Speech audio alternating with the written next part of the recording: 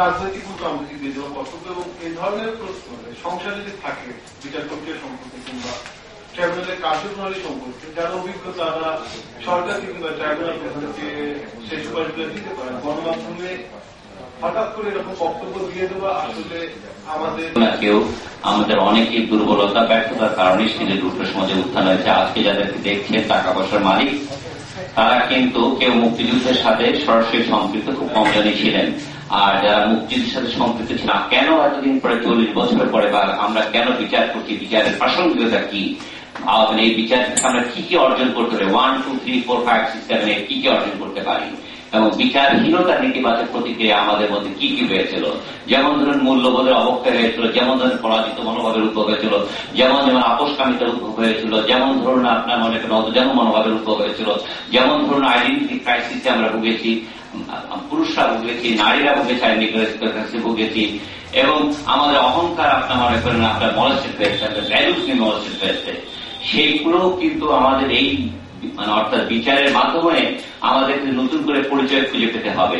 সেটা কিন্তু আমাদের একটা বড় লক্ষ্য, এবং সেই লক্ষ্যে কাজ করতে হবে ট্রাইব্যুনালকে যেমন কাজ করতে হবে, সরকারকে যেমন কাজ করতে হবে, আমরা যারা সাধারণ মানুষ তাদেরকে কাজ করতে হবে, পরামর্শ দিতে হবে।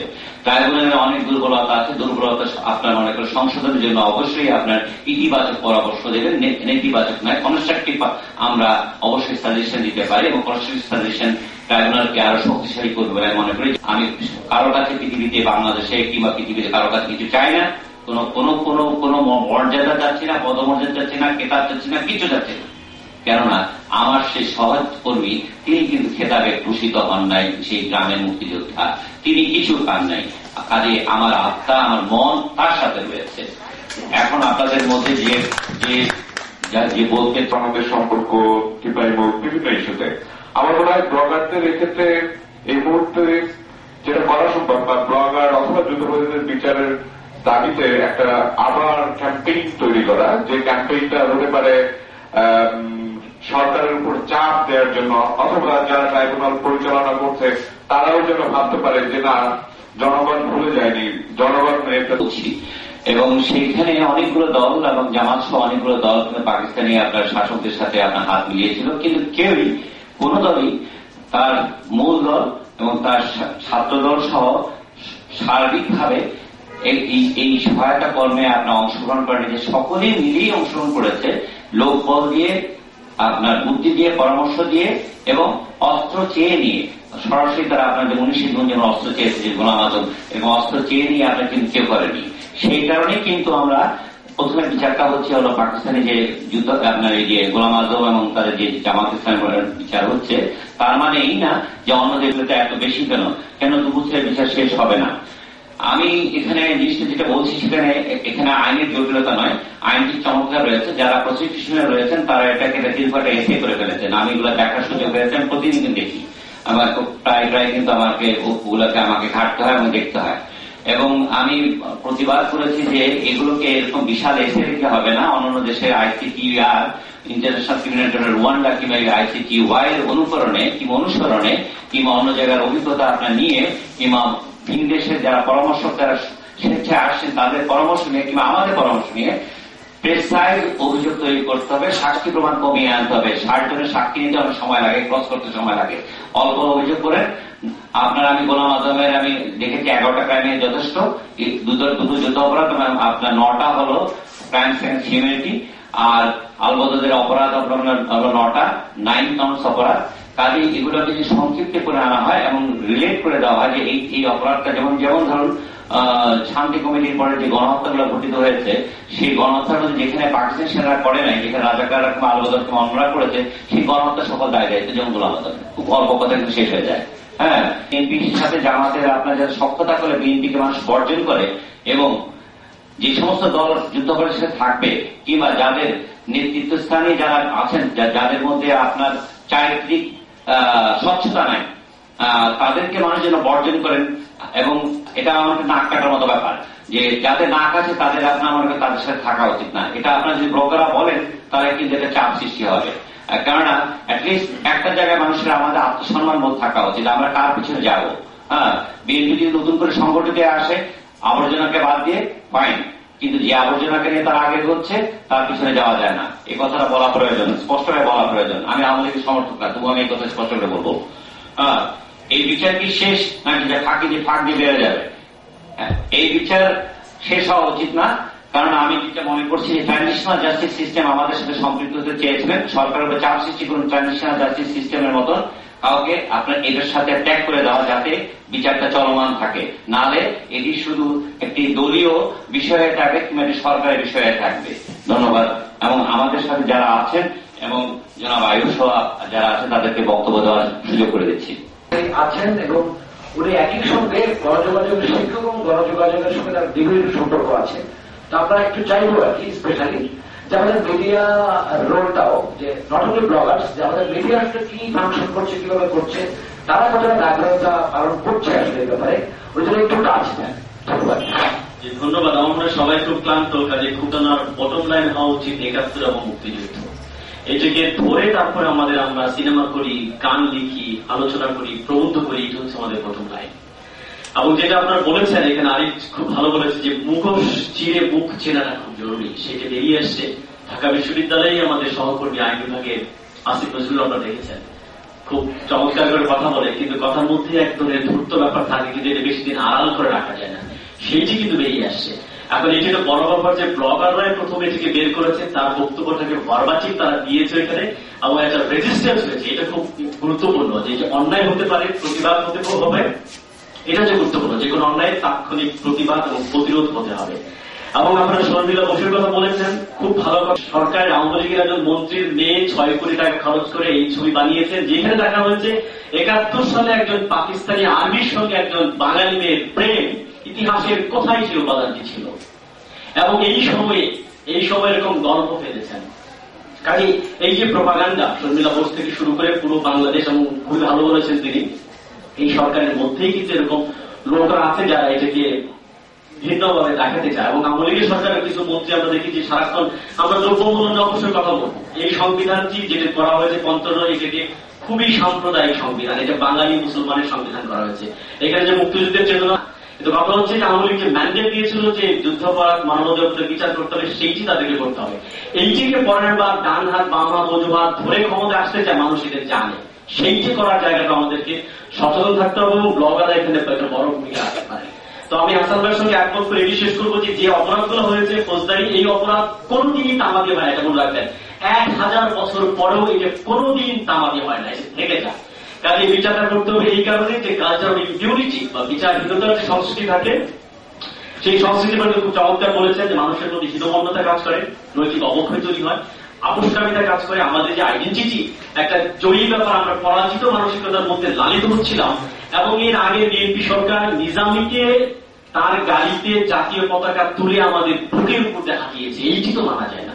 এই সময় মাত্র ৪০ বছর, দ্বিতীয় মহাযুদ্ধের ৬০-৭০ বছর হয়ে গেছে, সেইগুলো দেখলাম এক ট্রায়ালকে ধরে তারা ট্রায়াল মুখোমুখি করেছে।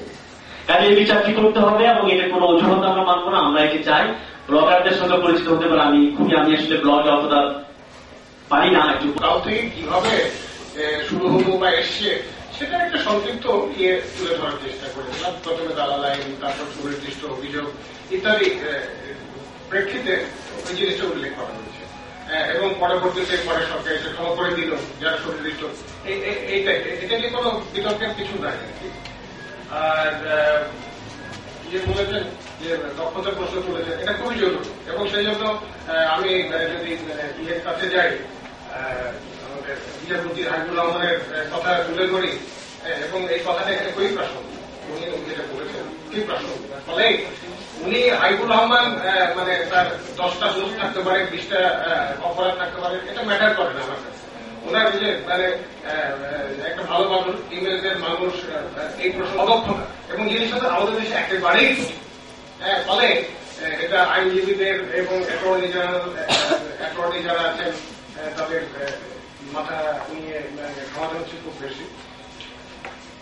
আর আমি সকল এইসব অনুভূতির সঙ্গে একমত, এবং এটা নিয়ে ব্লগাররা কিছু করবেন আরো।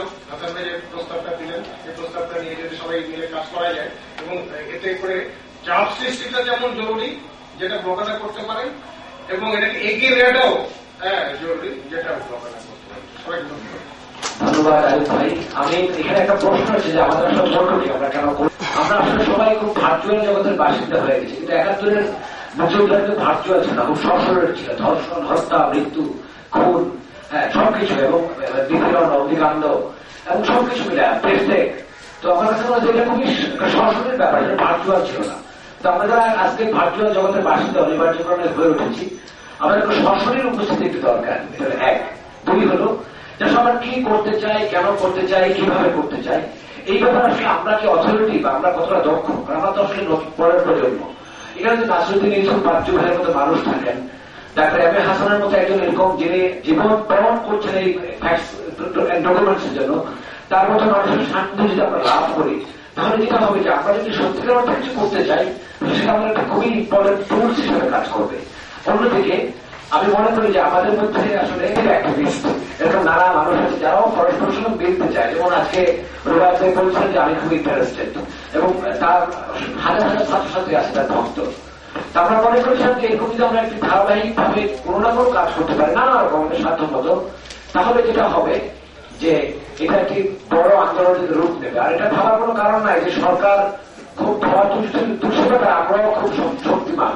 আসলে সরকারের ভিতরে যা করে থাকে, সব জনগণ যদি তাকে বাধ্য না করে, সরকারের কিন্তু বিস্তারের সরকার তার নানা রকম স্বার্থের জায়গা আছে। আমরা জানি যে আওয়ামী লীগ, আমরা যে আওয়ামী লীগকে জানি সেই আওয়ামী লীগ এখন নাও হতে পারে। আমরা জানি যে ওখানেও অনেক জামাতের শিবিরের এবং ইয়ার বেনিফিশিয়ারি আছেন, হ্যাঁ, এবং তাদের মধ্যে কিন্তু অনেক রকম শক্তি আছেন। এগুলো আমাদেরকে আমরা নিশ্চয়ই খুব ভয়ে ভয়ে করবো না, সবাই ভাবেই করবো যারা ইন্টারেস্টের জায়গা আছে। তো আমরা যারা নাগরিক এবং যারা আসলে মুক্তিযুদ্ধের প্রজন্ম, এবং আমাদের এখানে অনেকজন মুক্তিযুদ্ধ আছে তারা নেই, তারা কোনো কথা বলতে রাজি না, তারা একটা বিভ্রান্তের মধ্যে আছে, আমাদের মেজাজ খুবই খারাপ, আমরা বিরক্ত কথা বলবো না। তো তারা কিন্তু এসেছেন এবং তারা কিন্তু অনুভব করেন। তো এই জন্য বলছি একটা সশরীর জায়গা থেকে আমরা কাজ করতে পারি, এবং যদি আসলে এটাকে আমরা ধারাবাহিক ভাবে এখানে অনুষ্ঠানের করার একটু হালকা রাস্তার ব্যবস্থা আছে, আমরা একটু বসতে চাইবো ঘরোয়া, এখানে ভিতরে যাওয়ার ব্যবস্থা আছে, থাকলে খুবই কৃতজ্ঞ হবো। আর আমরা খুবই খুশি যে হাসান ভাই, বাজু ভাই ওরা আসছেন এবং ওনাদেরকে মানে সবসময় হেল্প করার প্রতিশ্রুতি দিয়েছেন। তো আমি এই পর্যায়ে শ্রদ্ধেয় ডাক্তার এম এ হাসানকে অনুষ্ঠানটি আনুষ্ঠানিক সমাপনী ঘোষণা এবং আমরা কি করতে পারি উনি যে একটু গাইডলাইন দেন ইমিডিয়েটলি, এটা যদি শোনান আমরা খুব কৃতজ্ঞ থাকবো। আমি একটু বলে রাখি, একটু সরি বলি যে আমরা অনেককে দেওয়া দিচ্ছি, কেউ এটা নিয়ে আইনের উত্তর তো কেউ নয়, এই বিচার নিয়ে এত হট্টগোল কেন? তো সহজ জিনিস, বিচার একটা দীর্ঘ প্রক্রিয়াধীন ব্যাপার। তারা সাক্ষ্য করতে যদি প্রমাণ করতে না পারে পেয়ে যাবে, আর বেঁধে গেলে ফাঁসি হয়ে যাবে। আমরা ফাঁসি চাই যদি প্রমাণ থাকে, পরিষ্কার কথা। এটা নিয়ে আর দৌড়াদৌড়ি প্রভাবিত কোনো ব্যাপার না। এই সরকার বা ওই সরকার, কোন সরকার আসলো, কোন সরকার গেল, এটা আমাদের বিষয়। আমরা বিচার চাই, পরিষ্কার কথা। ধন্যবাদ। বিষয় হলো যে আমি জানি যে অপরাধীদের হাত বড় লম্বা, তাদের অনেকে কিন্তু নানা ছদ্মবেশে এবং নানা আপনার আবরণে ক্ষমতাসীন দলে ঢুকে পড়েছে, এবং তাদের ছেলেপেলেরা পরবর্তী জেনারেশন ঢুকেছে, তারা বিচারকে বাধাগ্রস্ত করছে। এবং বিশেষ করে আমাদের যে আমার প্রশাসন, তারা এমন বাধা সৃষ্টি করেছে যে আমি আমার এক দারোগাকে জানি, আমি তাকে পাঠিয়েছি কামরুজ্জামান এলাকায়, সে জিজ্ঞাসা করেছে তোমাদের মধ্যে যুদ্ধ করে দিকে। এখন আমি বিশ্বাস করি যদি দারোগা জিজ্ঞাসা করে যুদ্ধ করে কি আছে, তাহলে বুঝুন তার কমিটমেন্টটা বুঝতে পারবো। হ্যাঁ, তাহলে কাজেই আমরা কিন্তু এই রূঢ় বাস্তবতার মধ্যে থেকে কিন্তু আমাদের চিন্তা করতে হবে। আর একটি কথা খুব গুরুত্বপূর্ণ বিষয় হলো বিচারের একটা লক্ষ্য আছে, আমরা কি চাচ্ছি আসলে বিচারের পর। At the end of the day what we want, আমরা সারা জীবন এই স্বাধীনতার পক্ষ আর বিপক্ষে থেকে যাবো? দেশে একটা পক্ষে থাকবে, একটা পক্ষ হলো যে স্বাধীনতার যেটা আছে স্বাধীনতার পক্ষ, আর একটা পক্ষ হলো অপরাধী। হ্যাঁ, অপরাধীদের থাকবে কারাগারে, আর বাকি যা থাকবে মুক্ত। এছাড়া কোনো আর কোনো পক্ষ বিপক্ষ নাই এখানে। এখানে স্বাধীনতার পক্ষ বিপক্ষ নিয়ে কোনো আর বিকল্প আপনার এর পরে আপনার যেন না হয়। এবং আমরা একটা চাই হিলিং, এই যা কিছু আমাদের যা আমাদের কষ্টের দিনগুলো, এর একটা হিলিং হতে পারে কখন, যখন আমরা এইটা বিচার করতে পারবো।